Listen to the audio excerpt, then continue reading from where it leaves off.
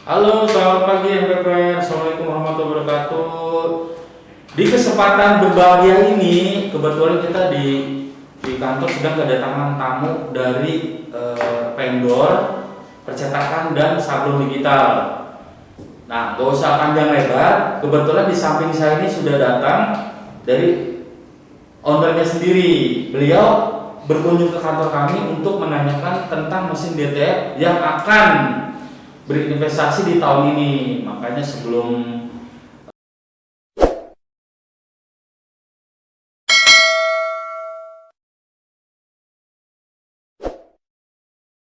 Halo, apa kabar Bu Dia? Terima kasih ya atas kunjungannya di tempat kami. Apa kabar Pak Herman? Alhamdulillah baik Bu Dia. Nah, gimana Bu? Kita langsung aja ya. Untuk Ibu kan kemarin sempat tanya ya? Iya, tentang mesin DTF. Betul. Oke. Apa nih pertanyaan yang sekiranya Ibu ingin tahu tentang mesin DTF tersebut? Jadi gini, saya melihat pangsa pasar untuk mesin Oke. DTF ya. Saya lihat itu kayaknya lagi maju ya. Oke. Nah, saya sedikit ingin menambah unit untuk di perusahaan. Oh, cocok sekali Ibu bertemu di tempat yang sesuai. Kira-kira karena saya belum memahami untuk Oke. mesin ya. Kira-kira investasi untuk mesin DTF itu yang dibutuhkan untuk apa aja? Oke, Bu, sebelum panjang lebar, Oke. kita baik buka masker dulu ya, Oke. boleh? Oke. Oke. Gak sia-sia Ibu ya, datang jauh-jauh cuma pengen tahu mesin DTF Ya, benar karena Ibu gini, Ibu cocok dalam arti cocok itu sesuai. Jadi Ibu nggak salah pilih vendor yang nanti kedepannya itu untuk menentukan usaha Ibu. DTF ya kita inilah. Kita tuh bukan hanya menjual sebuah produk, tapi yang kita lakukan untuk konsumen itu ya after sales Bu. Gitu. Iya, oke. Betul. Nah, oke. Tadi Bu tentang awal ini ya, awal investasi Iya, untuk mesin kebutuhannya DTF. apa aja? Oke. Investasi itu. Pertama, Ibu harus lakuin tuh namanya market. Oke. Marketnya tuh seperti apa segmennya? Untuk market ini di produknya lebih ke kaos atau ke souvenir misalnya. Terus kedua, jangan juga Ibu punya mesin tapi market belum ada. Nah, mau pilih yang mana? Market dulu atau mesin dulu? Oh, market dulu pastinya. Lihat dulu pasar-pasar seperti apa Betul. mesin saya jual. Makanya di awal untuk mesin DTF itu pasti yang kita cari market dulu. Betul. Terus kedua, operator dan desain yang istilahnya punya talenta yang lebih istilahnya lebih kreatif. Jangan monoton. Oh, desain seperti ini udah mereka nggak kreatif, ya itu yang bakal istilahnya menurunkan performa marketing nanti biasanya itu yang Jadi pertama. saya harus punya karyawan tersendiri untuk jalanin mesin DTF itu. Betul. Karena gini, kalau si karyawan tersebut istilahnya multifungsi ke sana kemari, nanti si mesin DTF akhirnya nggak terkontrol dari mulai proses printing, produksinya. Jadi Ibu nanti istilah sia-sia juga nanti gitu. Kalau untuk costnya Pak Herman, kira-kira gimana untuk mesin ini? Gitu? Oke, untuk cost relatif ya Bu ya, memang sih mungkin Ibu tahu juga lah. Di tahun ini nih, apalagi DTF itu sekarang tuh benar-benar istilahnya bukan perang Rusia Ukraina aja, tapi perang harga pun terjadi.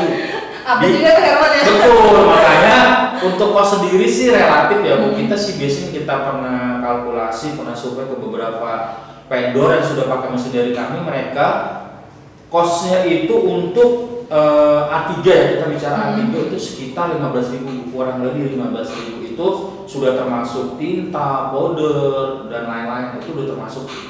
Kalau untuk yang besar costnya? Yang besar itu yang ukuran 60 cm ya, 60 cm itu sekitar 20.000-an lah. Waktu itu nggak masalah. Soalnya gini Bu, mengenai asumsi costnya mereka itu kadang-kadang mereka dihitung dari dapatnya bahan baku Bu. Misalnya Ibu dapat powder berapa nih per kilo, tinta berapa per liter, itu sih sebenarnya yang jadi realnya untuk cost produksi Ibu di situ. Jadi Ibu nanti misalnya Ibu udah dapat harga tetap nih, Ibu iseng dah tuh hitung. Berarti kalau misalnya per liter contoh Ibu 500.000, Ibu tinggal bagi aja. Itu kan 1 liter tinggal berapa dapat, itu tinggal Ibu kalkulasi nanti listrik per bulan berapa. Itu Bu kalau Ibu mau ngitung detailnya cost produksi ya. Jadi yang tadi saya sampaikan itu sebenarnya cost produksi yang umum yang pernah saya survei Bu itu. Untuk daya listriknya? Daya listrik itu sebenarnya untuk printer sendiri sih kecil Bu. Yang besar itu mesin pengeringnya. Mesin pengering kurang lebih 2.500 Bu. 2.500 watt. Kenapa? si mesin pengering itu selain fungsinya untuk pemberian bubuk, dia ada fungsi pengeringan setelah proses pemberian bubuk itu. Jadi ada semacam kita bilang lampu apa sih ya, UV lah kita bilang. Jadi dia proses pengering. Jadi makanya total pemakaian listrik itu sekitar 4.000 lah. 4.000 itu saya bilang lebih safety daripada ibu istilahnya hanya batas listrik itu cuma separuh 3.000. Itu sangat berbahaya. Nanti ada ruang khusus kah untuk mesin tersebut? Nah, kalau ruang khusus itu sudah wajib Bu. Karena apa saya bilang wajib? Karena mesin DTP itu memang satu. Ini saya mau bicara di awal ya. Itu mesin itu kalau bilang bahasa umum itu ringkih. Ringkih karena apa saya bilang? Dia berpengaruh ke suhu ruangan. Kalau suhu ruangannya panas, itu sirkulasi udara di printhead dia akan mampet. Dan pastinya dari proses yang mampet tinta itu akan berlanjut ke proses printhead. Printhead akhirnya itu tersumbat, terus bahasa teknikalnya nodule pada bolong. Karena kan, oh ya saya ngomong juga di awal, printhead DTP ini nggak garansi Bu. Jadi untuk garansi itu kita selama 1 tahun itu garansi maintenance di luar spare part. Gitu. Untuk harga nih. Nah ini kalau harga kan sensitif Bu ya. Tapi sebelum ibu berkunjung ke kantor kami sudah ke tempat lain juga atau? Sudah ada sih beberapa. Oh Sudah berarti beberapa. jadi nanti kalau misalnya saya kasih harga the best, kira-kira deal ke saya ke tempat lain Bu? Oh itu nanti. Kita kan nggak langsung bisa putusin ya Pak ya. Jadi kita ada beberapa orang, kita diskusi juga kan. Saya juga perlu tahu harganya berapa untuk BD Grafindo ini. Okay. Terus saya juga perlu tahu consumable-nya, bahannya, tintanya. Kalau misalnya saya BD Grafindo, saya beli tinta beli mesin di sini, support sama bahan bakunya atau enggak gitu. Oke, gini Bu. Tapi mudah setelah saya sebutkan harga, setelah pulang dari kantor saya, harga saya bagus saya jadi ya nanti ya. Oke Bu. Sip. Mengenai bahan baku atau consumable itu untuk sistem ordernya itu nggak bisa dadakan. Pertama ibu harus cek tuh pemakaian consumable-nya, kira-kira misal contoh tinta, wah ada 1 liter lagi, nah itu sudah order, jadi kita bisa siapkan. Karena kalau sistem dadakan kita kan di kantor BD Grafindo ini udah terstruktur untuk order sama pengiriman Bu, gitu.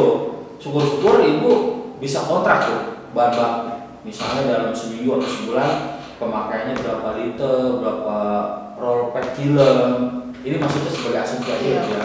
Itu aja gambaran paling itu. Terus kedua, misalnya itu garansi sudah hilang nih, tapi pembelian consumable itu tracknya bagus.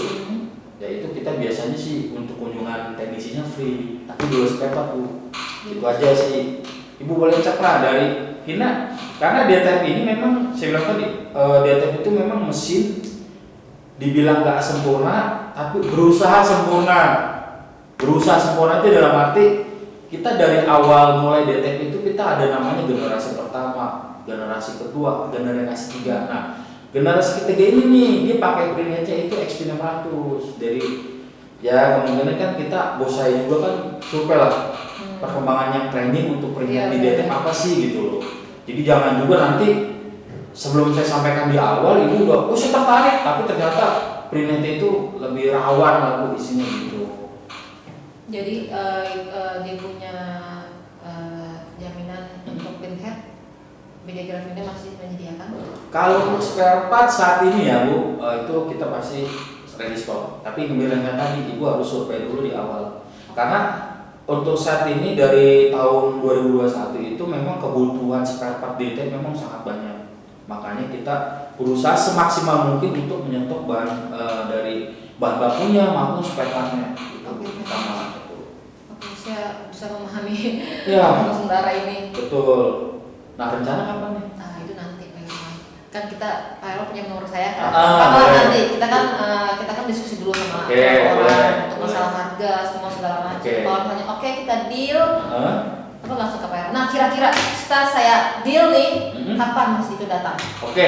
Untuk unit saat ini sih kita ada stok unit ya kurang lebih 3 unit. Jadi gini Bu, nanti setelah Ibu cocok nih dengan produk yang saya tawarkan, dari proses, contoh deh proses tanda jadi ataupun DP, nanti kita kasih pinjam dulu Bu unit demo. Oh gitu. Jadi selama kita pinjamkan unit demo, Ibu kan bisa berjalan Bu. Mencari market pertama, kedua istilahnya lebih kreatif untuk membuat sampel deh. Oke. Nah, kalau misalnya dari pihak Bapak meminjamkan mesin, kira-kira untuk kayak tintanya atau papernya itu dipinjamkan atau gimana nih? Untuk unit demo sih kita pasti hanya meminjamkan unit aja. Jadi ya kurang lebih kita kasih waktu 7 hari lah. Jadi setelah 7 hari misalnya, oke Pak Herman, saya udah paham nih karakter mesin seperti apa, boleh deh mesin terbaru instalasi. Ya udah, nanti kan ibu jadi sambil berjalan tuh ibu udah harus order si konsumennya bu. Oke. Bisa itu sih yang saya lakukan nih gitu. Oke siap, oke Pak Herman. Terima kasih banyak. Saya terima kasih nih ya, ibu udah bisa mampir ke kantor saya. Harusnya saya ke tempat ibu, cuma karena ibu mau berkunjung juga. Ya, supaya saya lihat juga Pak kantor seperti apa. Betul, terima kasih. Alamatnya di mana gitu. Siap. Baik, ada lagi Bu ibu? Udah itu aja, nanti kalaupun nanti saya mau tanya kita WA ya. Boleh. Saya sih berharap nih setelah pulang dari sini, oke lah, itu tanda jadi seperti itu ya. Mudah-mudahan ya Pak ya. Oke Pak Herman, terima kasih atas waktunya. Sama-sama. Kalau misalnya pekerjaannya loh Pak. Siap ya, itu udah kewajiban saya menyampaikan apa yang saya punya produk gitu. Oke, nanti kalau masalah deal atau jadinya kita tinggal hubungi Bapak aja ya Pak ya. Siap Bu, ditunggu kabar baiknya untuk saya. Bapak, terima kasih banyak. Terima kasih Bu.